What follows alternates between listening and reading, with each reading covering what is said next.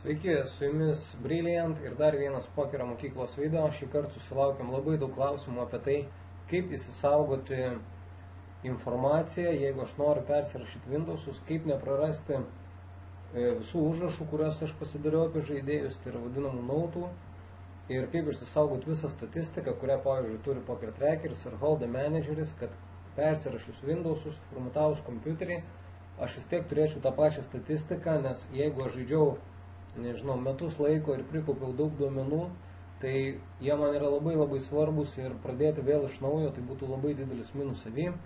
Taigi šitam video trumpai paaiškinsiu apie tai, kaip išsisaugoti tą informaciją ir kaip ją vėl susimportuoti. Tai pradėkim nuo nautų.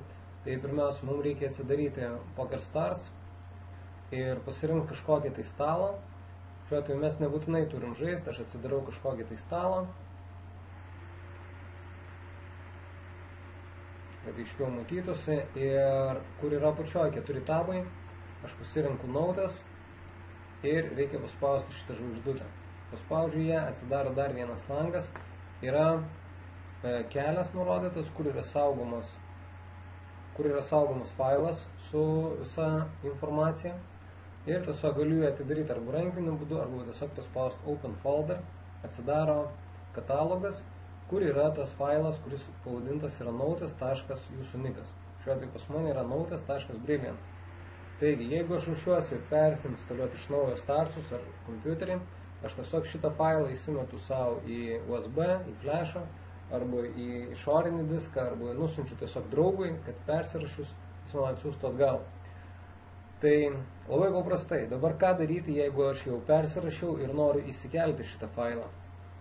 Tai aš atsidarau savo PokerStarsų pagrindinį langą, pasirenku Tools, dešinėje pusėje, ir yra Player Notes Editor bendram lange, arba kairėje pusėje išskleistiniam, irgi tas pats. Aš jį pasirinku, iššoka vėl meniu, ir yra, šitą reikia uždaryti, iššoka meniu, ne meniu, iššoka langas, kuriam yra viena funkcija importuoti nautus. Paspaudžiu, pasirinku tą failiuką, nautas.brilliant, spaudžiu Open ir jisai importuoja.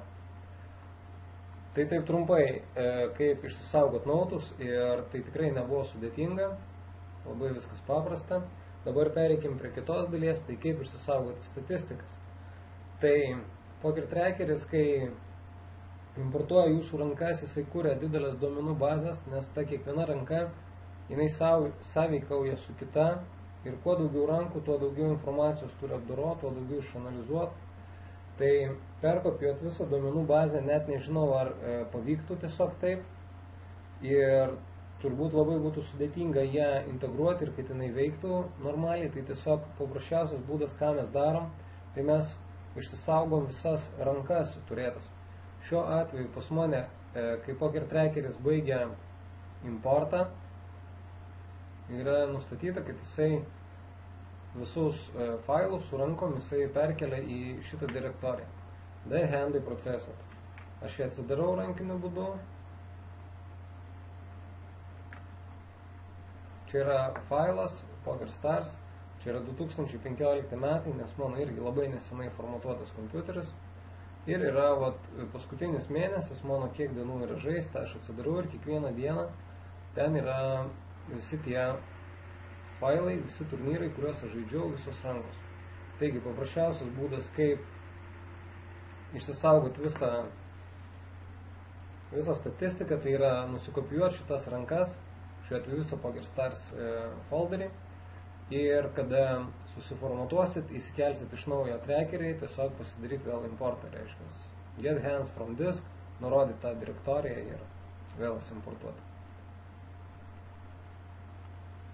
Tačiau dar yra vienas momentas. Nemažai žaidėjų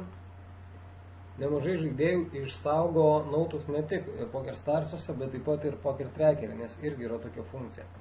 Tai dar kaip juos išsisaugoti ir iš Poker Trackerio. Tai labai irgi paprastas dalykas. Mes tiesiog turim pasirinkti database, Poker Trackerį yra nautas, ir tiesiog uždedam, kad eksportuoti. Ir jisai tiesiog sukuria tokį failą, Poker Tracker 4 database notes, išsaugau jį, vėlgi kažkur jį įkeliu ten, kad kur jo nepažeis, kaip perrašinį su Windows, galiu tiesiog e-mailą įmest, galiu į išorinį kažkokį įrenginį ir kai vėl viską susitvarkysiu, kai importuosiu, pasirinksiu database, notes ir importuoti ir pažymėsiu tą folderį. Tai taip, labai paprastai yra 3 punktai, kaip išsisaugoti ir visas mūsų rankas ir notus.